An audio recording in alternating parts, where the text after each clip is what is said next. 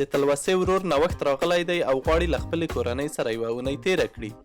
بیرته د تګ پر مهال تبه لري او د مزې حس یې له لاسه ورکړی دی. وروسته معلومه شوه چې د هغه د کورونا د ازموینې پایله مثبت ده. تلوسه حیرانه ده چې څه وکړي. هغې خپل ډاکټر ته ټلیفون وکړ خو له هغوی سره په خبرو پوه نه شوه او ډاکټر ورته وویل چې که د ناروغۍ نښې نه لري باید د ازموینې لپاره خپله پیسې ورکړي. تلوسه په دې فکر کې ده چې د کور د ټولو غړو د ازموینو لګښت ورکولی شي او که نه. څنګه به وي چې همدا ډول ژوند ته دوام ورکړي؟ ځکه که څوک د کورونا نښې ونه لري ښایي کورونا به نه وي. که دا کار وکړي د کورونا اړوند مقررات ماتوي او ښایي په ښوونځي، وړکتون، هټیو او ترانسپورتي وسیلو کې نورو ته هم وایروس ولېږدوي.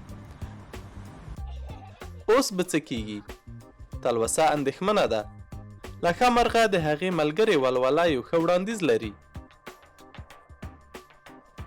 هغې د هندبوک جرمني پر ویب سایټ لوستی دي چې دا ډول خلک باید د کورونا ازموینه وکړي ځکه نوښت له دوی سره په کور کې یو ځای وو او دوی لومړۍ درجه اړیکه لرونکي کسان ګڼل کیږي.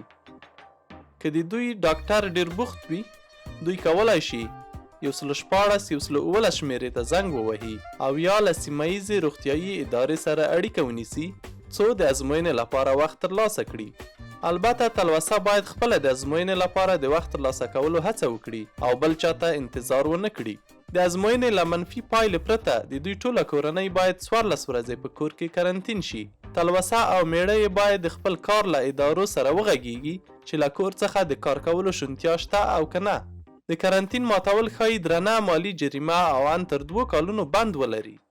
سخته وه خو تلوسه بالاخره وتوانېده چې د کورنۍ د غړو لپاره راتلونکې اونۍ د کورونا د ازموینې وخت واخلي. تر هغه مهاله باید ټول پر کور پاته شي. نوښت ته ښه روغتیا او دوی ته ښه چانس. د نورو معلوماتو لپاره د هندبوک جرمني ویب سایټ وګورئ.